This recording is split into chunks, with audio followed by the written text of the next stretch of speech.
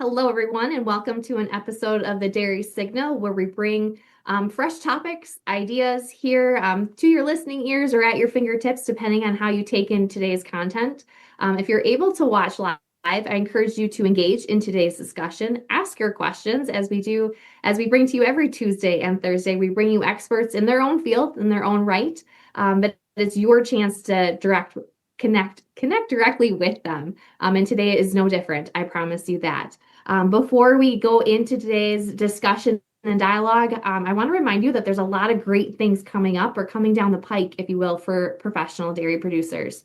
One of the best ways to stay in the know with the organization, with your organization, is to check out pdpw.org for the current listing of all the plethora of topics and programs coming down the pike. And one of them is actually an allude or align very well with what today we're discussing, and that's dairy insights.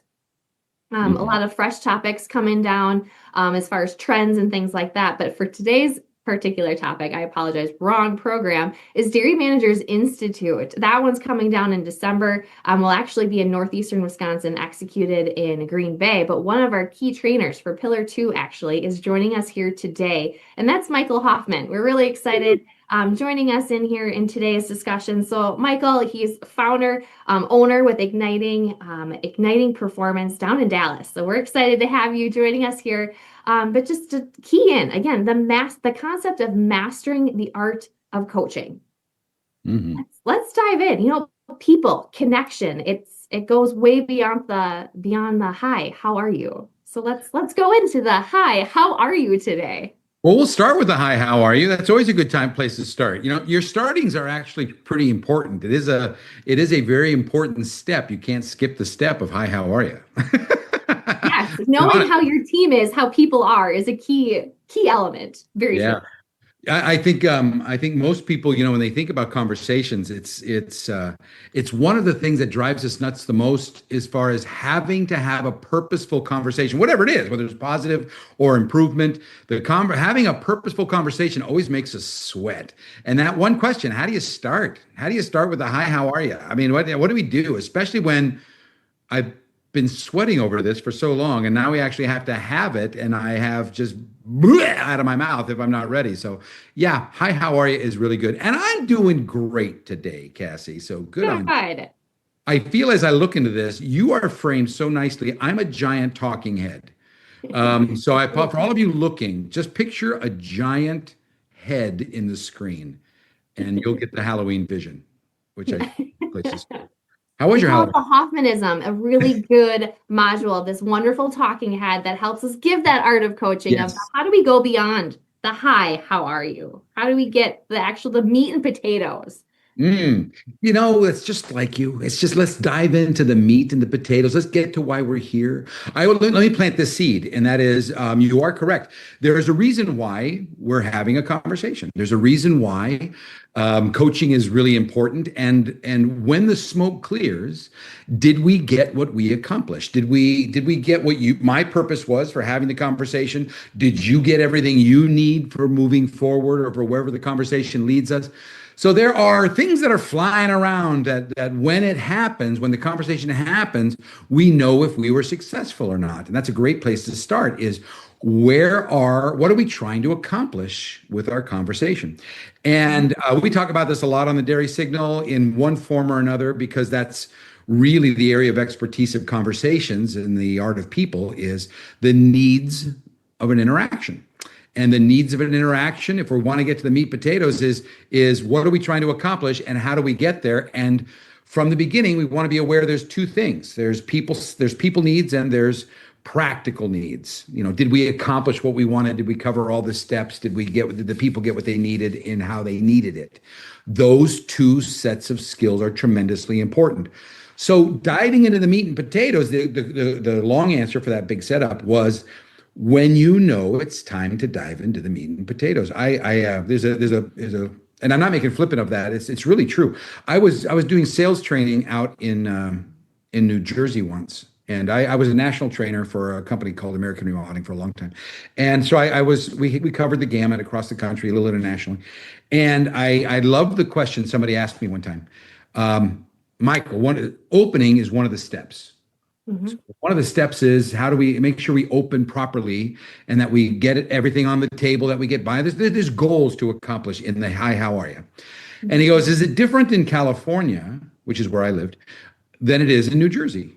And my answer is yes, absolutely. Because we have different personalities, different tempers, different, it's the way we do it type of thing. And he goes, really? It's totally different. I go, now the goal is the same. Mhm. The targets are the same, but how you do it is different. See, in California, it takes a half an hour to get to the meat and potatoes. You got to, you got to spend time on the veranda. You're watching the sunset. You're drinking wine. It's a whole thing. In New Jersey, the opening is basically, you going to listen to me or what?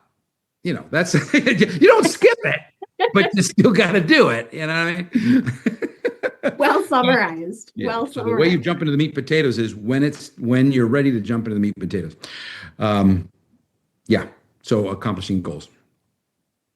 Okay. All Yeah. right. So then I guess going further, and I know we do this a lot in Dairy Managers Institute. You spend a whole 2 days helping Yeah. people kind of troubleshoot both from like not everything needs to be a confrontational discussion, that kind of thing. But how do you have those difficult discussions? How do you just have a flat out discussion that still has, to your point, the goals, the accomplishment, making sure everything comes through? I guess my off the wall question would be for someone more to my style where I don't do fluff. I struggle Mhm. with the fluff. What would be, because to this discussion here, I cut right to the straight to the chase. Mhm. For those that sometimes need the extra cushion or a little bit more of that human connection in a very loving way, how do you do that and still be sincere and not forced? Yeah, I love that. Um, First of all, I love the fact that you're aware of your personality and you're aware of your approach because that has a lot to do with our effectiveness. Because I think you're very, very effective. And if you know your strengths and your weaknesses, then you can add skill sets to either heighten what you do really well or to help with our proclivities to do what we need as opposed to what they need. So let me pull you back a little bit, and I'll answer your question a little bit more effectively. As far as the how do we get to the meat and potatoes and have a good start?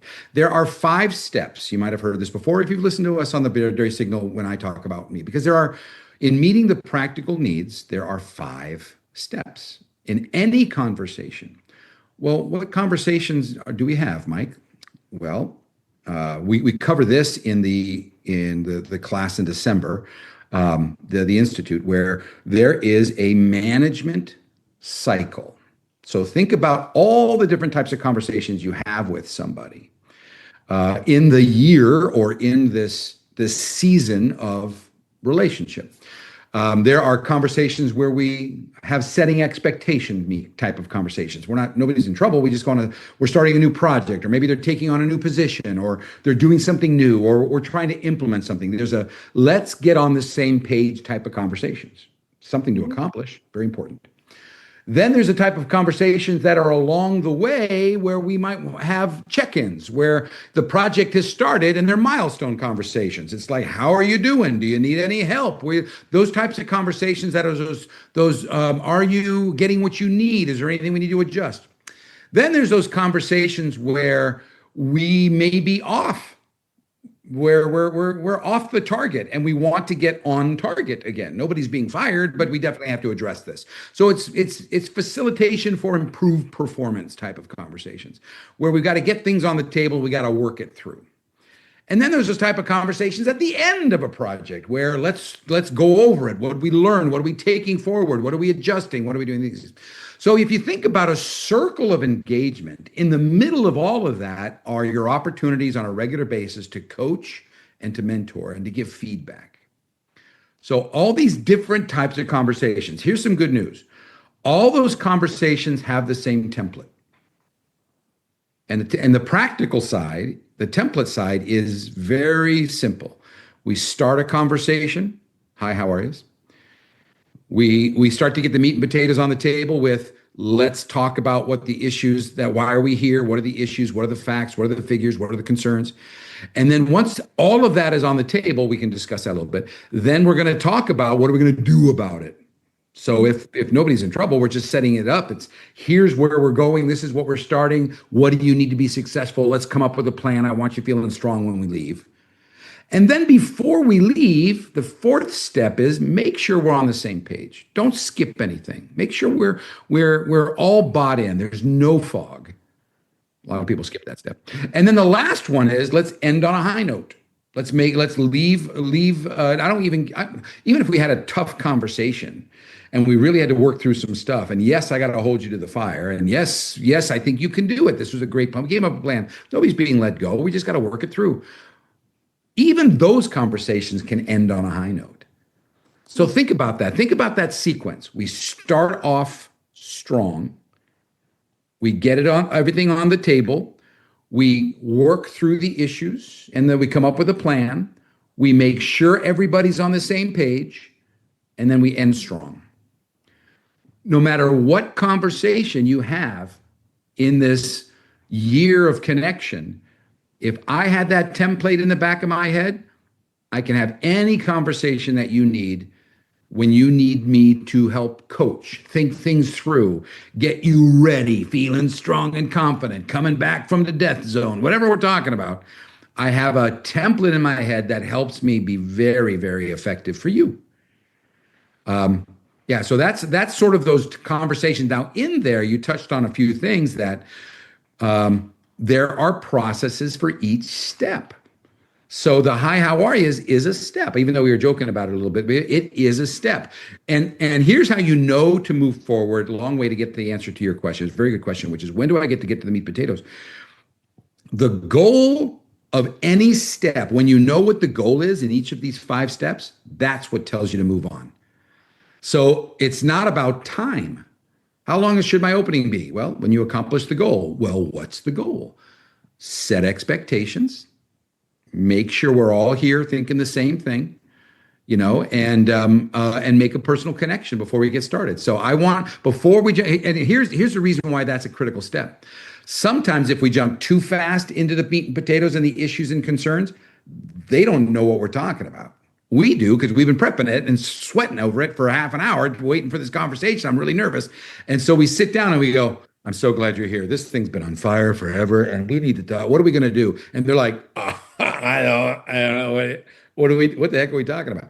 So that step that in the joke of New Jersey is very true. Is it different? The answer is, the goal is the same. Mm-hmm. Did we set expectations? Is everybody on the same page? Did we make a connection? Why am I here? And there's a few others. But once we hit those targets, if it's 1 minute, great. If it's 5 minutes, awesome. Different people, different personalities. And now we can move into the topics of now that we're here. Because they're like, let's go. Let's do it. And let's get it on the table. So that was an answer to the when do we, you said fluff. You keep calling it fluff. And I don't mind people skills fluffy because they're not hard. We accomplished this, check it off the box. We hit that, it's not that type of thing. It is soft. That's why they call it the softer skills, but tremendously needed and important. And that was one classic example is, sometimes we start a conversation and the people aren't with you because you jumped into the deep end and they're not with you, but you weren't even checking on them. So you're driving this bus into the deep end of the pool. So see, that's why it's a skill set. And even though it was a joke, it was a really good question. Really, really good question. So good on you. Okay, let's talk about the other thing. So rephrase the direction you want to go in as far as, though there are tough conversations. They really, really are. I got a question for you. What makes you crazy about tough conversations? Just curious. You want me to actually open, or is this like a rhetorical question? No, I really want to know. What makes you sweat when you go, I do have to have and even if I don't have the authority, I have no authority, but I still have to have a conversation. You don't have to be a boss to talk with somebody that goes, hey, you're driving me nuts. I want to talk about it. We can have those conversations too. So, but what drives you nuts about those types of conversations? I think it's the confrontation, at least for me personally. It feels like confrontation. Yes. Yeah. Or the possibility of it. Yeah. I guess that awkwardness that could go with it. Yeah. You just said the number one reason why most people don't correct the problem children. which is why you need good coaching skills, because everybody wants you to deal with the problem, children, and nobody does, because everybody's afraid there's going to be confrontation. Well, guess what? If it's done right, Mhm. if you have some approaches and some skill sets to call a spade and get things on the table that have to talk about, you actually will come across more as a hero and be thanked more than your fear is telling you. And I'll tell you why. Mhm. We say this a lot on the Michael Hoffman Experience. Whenever we get on the Dairy Signal, this is a phrase. I was just out working with you guys out in, we were doing Calf care. calf care. Yeah, it was wonderful. Great people. Oh my gosh, such great people. And I had more than one person tell me they were listening to the Dairy Signal and they were repeating some of the things that we do on a regular basis, which is, feedback and the methods that we do for feedback. So, but one of them they were saying, they were talking about was oh geez, it just left my head. Anyway, I'll come back to it. But I just had a senior moment. It just left my head. What were we talking about? We Let's were talking about some of the feedback you heard from Calf Care, Yeah. and some of the, oh gosh. Oh, got it. Thank you very much. Yeah, and they brought up the idea that that calling it out on the table when things are going wrong is actually a gift, because I live behind my eyeballs. We say that. That's what we say a lot on Dairy Yeah. Signals. I love that praise or that phrase, that empowerment. It's very true. I live behind my eyeballs. I don't see me work. And unless I'm getting really good feedback or I get to watch video or anything like that, I rarely get a chance to see me and the influence and impact that I have. So, guess what? You and I both know that we're not perfect people, and I am off on occasion. How I see the one person who holds up the mirror in a very positive way that says, here are the expectations, here's where we're at, and there's a gap, let's talk about it, and helps me think through or helps me realize and see the impact of my actions, actually is a very positive thing if the way you do it comes across for me. Does that make sense? Yes, Well, I think so. yeah. So our biggest fear is the confrontation. It's, my gosh, we're going to get into a fight. And I say yes, if it's done adversarially, there are lots of fights. Because here's a tip. If you're not coming across like you're for me, then I have to be for me. Mhm. And if I have to be for me, I'm going to be very defensive. So so there are tips and tricks and skill sets to help do that. And unfortunately for you, we're going back to the fluffy setup. Hi, how are That's you? okay. That's okay. We all need growth here, Hoffman. I am not excluded from that. No, I know, because I get people all the time. Sorry, my camera's doing crazy things. It happens all the time. People are like, "Can we just get in and say what we want to say and then leave?" I go, "So you're a drive-by manager? Is that your technique? You come in and you throw a thought bomb on them and you expect them to go, 'My gosh, that was brilliant.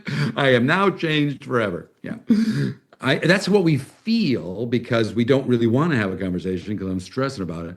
But the fact is that if you set it up properly, you don't have to do most of the talking. So we go back to the beginning and we go, man, facilitating improved performance, it's even more important to have an effective beginning. And then we're going to bring out some of the people tools. Some of the people tools, just like if the opening is start a conversation, well, how are we going to start the conversation? Well, first of all, I'm going to use a lot of people stuff. Like I'm going to go out of my way to use self-esteem statements. I'm going to say, hey, thanks for your time. I'm gonna be very clear. If I'm not a fluff type of person, I'm gonna be very clear. Here's why we're doing it, and here's the impact that it's having, and why I want to bring it up. So I'm gonna give you tips and techniques on how to get the information out so it's useful versus accusatory. And just as a quick tip, be specific in your observations and have backup. If I were to say we're going to talk about you always being late, well, I can think of 3 times when I wasn't late. And so now I'm defensive because I can see I'm not always late and you're always late. And now we got to fight. We just got started. So I'm going to use techniques like I'm going to have examples and I'm going to be specific and I'm going to connect it to the impact. This is what we're talking about, and this is why we're having the conversation. It's not good for you, it's not good for us, and we need to blah blah blah blah. So we have a great opening, so they know why we're doing it. I've been able to take it clear. I'm going to ask them questions, which is a people skill. Let's get started. Well, tell me what's going on, man. Tell me what's happening, what's causing this. And from the beginning, I'm going to go out of my way to have it conversational. And as we move into the next step, which is get the issues on the table, get the meat potatoes, I've started that first couple of minutes with, listen, I am for you. You and I versus that. And now we can get into, give me your side of the story. I'll give you my side of the story. I'll tell you what I see. You tell me what's going on with you. And now we've got all the pieces of the puzzle on the table and we can come up with a solution. So to me, a lot of managers like yourself go, I'm kind of stressing about this. I'd like to get into the meat potato so it gets over faster. And I'm going to go, me too. So take 3 minutes and have a really good opening. Mm-hmm. So they're not defensive. And now you can get into the meat potatoes a lot faster. Does that make sense? Is that helpful? I think so. It kind of dives into the art of a dialogue versus a monologue. How do you have that back and forth? That's exactly right. Yeah. As a matter of fact, if you're smart, coaching is done less by you and more by them. And there's a reason for that. Mm-hmm. The skill sets of asking more than telling, seek more than tell, is tremendously powerful for a person who's trying to grow somebody. So if you're having is this really a coaching call? Sometimes it's just, hey, listen, it's supposed to be in by 3. You're not getting in by 3. You're getting in by 5 and it's screwing us up. You know, what's going on? Is there anything nuts or you just got to be reminded? And so it's not a coaching conversation. It's just a reminder type of thing. But if it is coaching, then which do you think would be better? I could tell you what I want, mm-hmm. and I can have you and come up with an action plan. Or I can have you come up with the action plan. Which do you think would be committed to more? Their plan or my plan? Their plan. Yeah, exactly. So if it's a coaching call, a real conversation, then yeah, I'm just a facilitator to help them get it out of their head. Let's think it through. I'm a resource. I can throw in some things you didn't think about, maybe some avenues I might have to knock down to help you, open up some doors for you, whatever. But in reality, my goal is to ask questions, seek more than tell. And there's a couple of tips to that I'll tell you, but the real goal, the philosophy that I have is if I say it, it's negotiable. If they say it, it's truth. So instead of me saying, if I say it, it's negotiable. We should do it this way. It's negotiable. They're like, well, it might work. It might not work. They've got to put it through their filter. They've got to go, okay, well, my world, I see it this way. So it's negotiable. But if they come up with the plan, it's truth. There is no blockage. It's their plan. Here's the tip. Most of the time, they'd probably say what you would have said anyway. So I'm going to give you, when I work with coaches, there's just some simple tweaks to add to your skill bag that just make you a superstar. And one of the simple tweaks is seek more than tell. And I'd have to prove it to you because that's an easy statement to say. Well, they'll probably come up with it more than I would or better. I'm going to prove it to you. In those 2 days in our class, I will prove it to you. It is a truth. So if I were to say, instead of saying, here's what I want you to do more, which is sort of a manager bomb, and it's negotiable, they may do it. And keep in mind, they work for you, so they'll probably do it. But if I really want to build ownership and buy-in and grow their thinking, I'm going to say, how would you approach it? Here's the situation. We've got the wants, issues, needs, and concerns on the table. You got my side, I got your side. Here's the next question. Let's come up with an action plan. What are we going to do? How would you approach this? And when they start talking, which might not be right away, but I'm going to add just some skill sets on how to get someone to start brainstorming. But if they come up with an idea, the commitment to that idea is probably, number one, going to be probably what you would have said. And if not, then you can add, guardrails. I remember when I worked for a boss, Dennis Cherry, who I talk about a lot. And I remember one of our first conversations was he threw out a phrase that became a catchphrase, which I will pass on to you. And that is when I came to him and said, Dennis, I have this issue with the training thing. I'm supposed to make it special. I don't even know what the rules are. Tell me what to do. And his phrase was, Michael, you're closer to the situation than I am. What have you thought about? I love that. You're closer to the situation than I am. How would you approach this? I gave him such crazy hell about that, but we had a lot of fun and he never backed down. And what he taught me was, I have ideas. I've been doing this a long time. I probably have an answer for you, but what I really want to know is what you think. And at first, I would give him wild answers. Like I remember the very first answer was, I want to make it special. Can we hire a hot air balloon?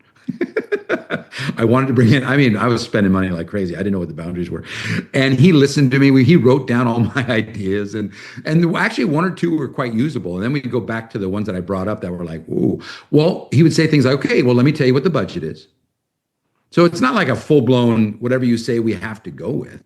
But because he went to me first, I was able to tell him what my thought process was.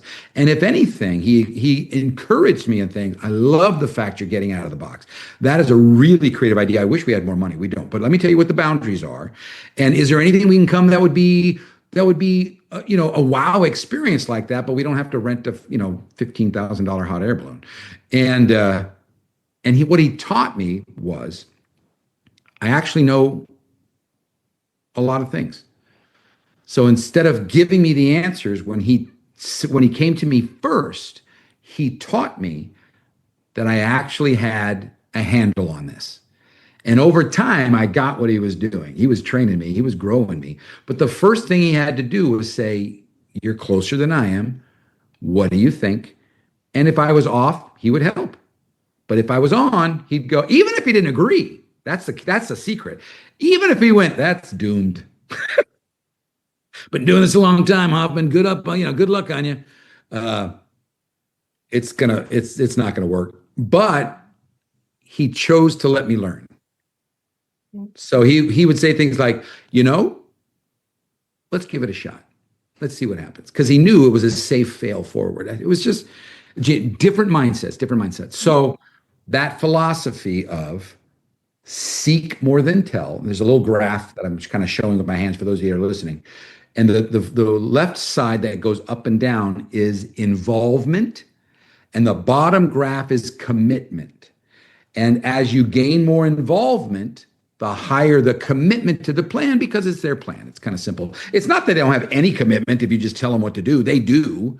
I mean, it's their job. You're the boss. They'll do whatever you want to do. But if you really want to grow your people, if we're talking coaching to get my people to think and do, in those two steps, facts, figures, issues, and concerns, what's going on? Let's assess what's going on first, then let's come up with a plan. Those two pieces are more about you seeking information than telling information. And those are that's the deep end. Those two steps are the deep end. That's where most of your conversation happens. That was a big answer. Yes. And what happens when either it gets off topic or it's not necessarily going in the direction that you want it to? It's starting to steer off of the goals or the objectives of that discussion. How do you kind of get your hands around it again to help guide it to the way? Yeah. I've got some great skills for that one. I call it the 1-2 punch. Are you ready? This is a good one. So sometimes I've got people, and it could be just that we're talking and they don't have an agenda. They just came to the meeting. So they're talking, you're asking questions, they're giving you. So your job is to steer. And yes, you are correct. Sometimes I may go a little long on, lamenting over the angst that I have to face in my role in this company, and I'm not getting what I need, and I want to. And you've heard enough. You've got enough of the information. You want to move on. Whatever the thing. I call it the 1-2 punch. Are you ready? This is good stuff. You'll practice this for 2 days if you came to the Institute. It's called the 1-2 punch. The first step is to gain control of the conversation. And the way you do that is ask a question. And sometimes you're going to have to interrupt. I've worked with people that, boy, once we turned on that sob story, it was off and running, and I listened for a long time, showed lots of empathy. I took notes to let them know I was listening. And when I think I got enough, I would interrupt. And I would say, hang on a second, let me just go over what I got. Now, it's called I'm a check for understanding. So I'm going to interrupt. I'm going to do a check for understanding. And that gives me control of the conversation again. And when I go over the list, so if I'm hearing you correctly, check for understanding. Blah, blah, blah, blah, blah. Am I on track with that? Have I missed anything? Check for understanding. And they may say yes or no. And then there's the 1-2 punch. And then the second one is I'm going to give them a procedural direction or suggestion. So a procedural direction or suggestion. So I may say things like, I think I've got a handle on it. Let me ask you this. Would it be okay if there's no way we're going to get Chuck in on this conversation to solve this right now. So would it be all right if I've made a note of it. I think I've got what your story is.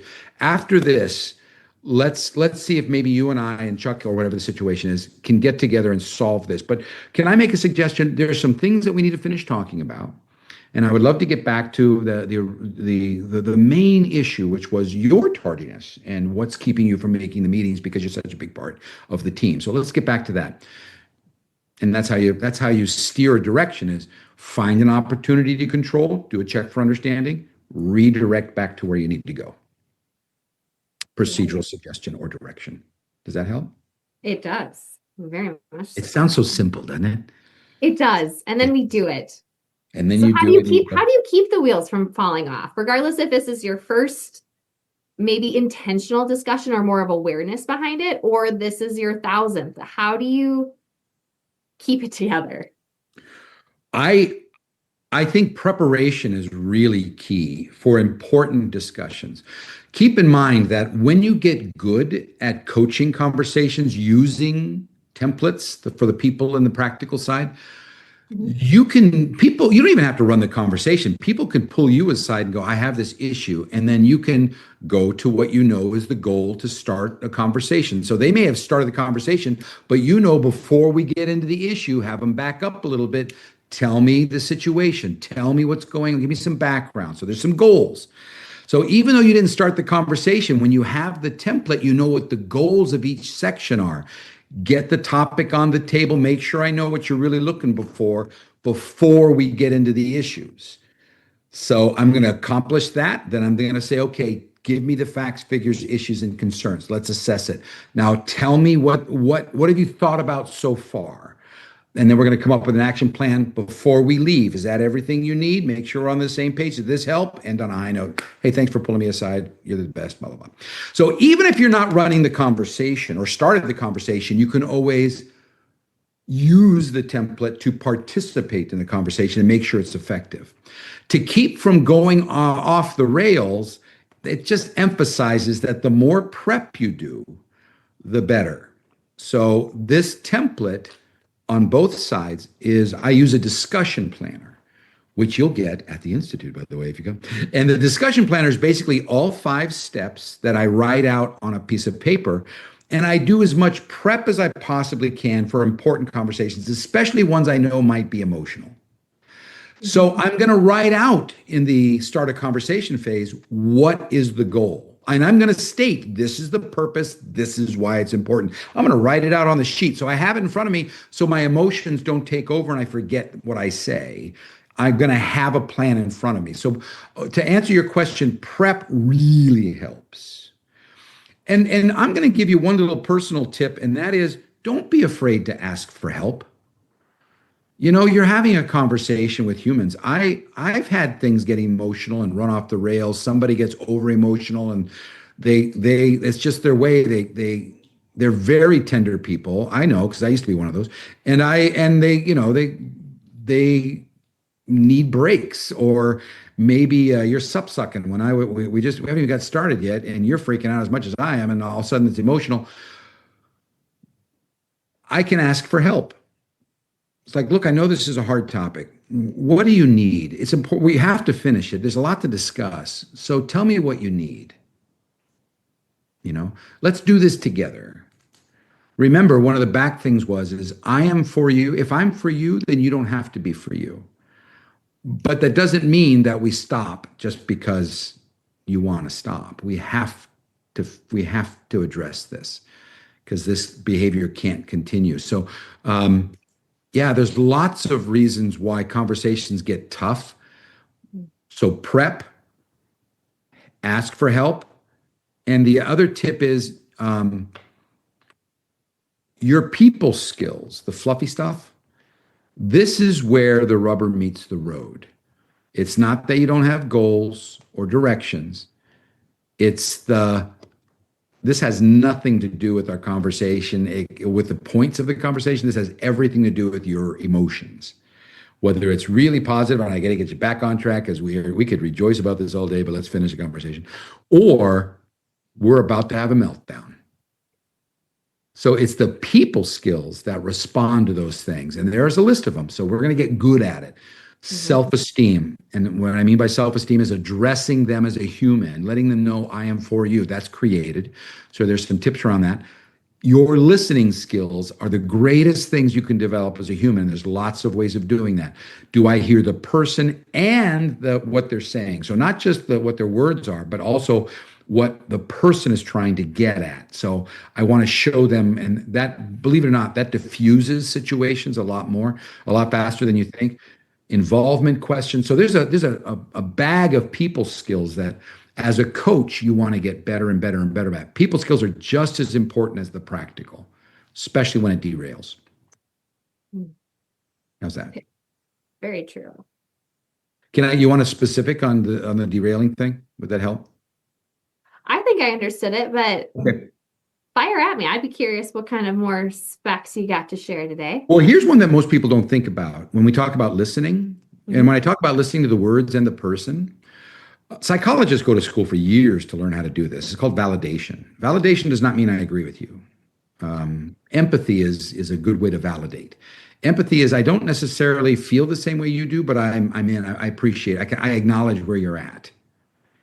And what that does is it's called validation. It says that you see me. Don't just hear what I'm trying to say. You see me. And what that does is, remember the idea of if you're for me, I don't have to be for me. And so if I want to cool things down faster, I have to show you that I am hearing you, not just what you say, but hearing you. And so the tip is, and this is really hard for people who aren't real people, you know what I mean? They love to get stuff done. Mm-hmm. You have to add this to your bag on purpose. It's still a skill, just add it on purpose. And all I want you to do is validate the emotion that you see. Just label it. So a way of doing that is someone's getting kind of emotional when they're telling me what's going on and why they got here. And as they're saying things, I'm going to throw out some emotional words. I'm going to say like, well, that is challenging. You know what? This is hard. Don't think it's not easy. It's hard. Did I solve anything in that statement? Mm-mm. No. I might even agree with you that it's hard. I might be thinking, girlfriend, you are making this way too tough. You know what I mean? I just think if you sucked it up a little bit, you'd be better. But I can't say that, So instead, to get them off the emotional train, I'm going to validate. Doesn't mean I agree, because I totally disagree with your approach. But I'm going to validate it. And what that does is psychologically, they let it go. They may even correct you. If I say things like, this is the challenging time. I've had people go, it's not that hard, Mike. It's just frustrating and they'll correct you, which has the same impact. It does the same thing. You know that I'm hearing you. And what psychologists have learned is if you want to get people to let go faster, validate them as a human. So you want to get good at, and here's the practice, start looking around and label feelings, and positive and negative. You guys this is awesome. I've never seen you so energetic before. I'm throwing in those types of comments. This is exciting. Or everybody uses frustrated, which is, okay, that's a good one. It is frustrating. This has been a frustrating time, but this project has been a pill for everybody. I didn't solve anything in those statements. I'm just validating what I see. And it's like, and that actually really helps diffuse emotions. Just saying. You also didn't tie it to the person. You tied it to the situation, is what I've been noticing through your examples. Excellent observation. Because remember we said in the beginning, it's going to be you and me versus that. Mm-hmm. That's my whole goal, We can talk about anything. And what they don't understand is from the very beginning, that is my entire goal. You and me versus that. I have managers ask me all the time. So, Mike, seriously, when do I just get to lower the hammer? Because this guy's driving me nuts. I would love to fire him.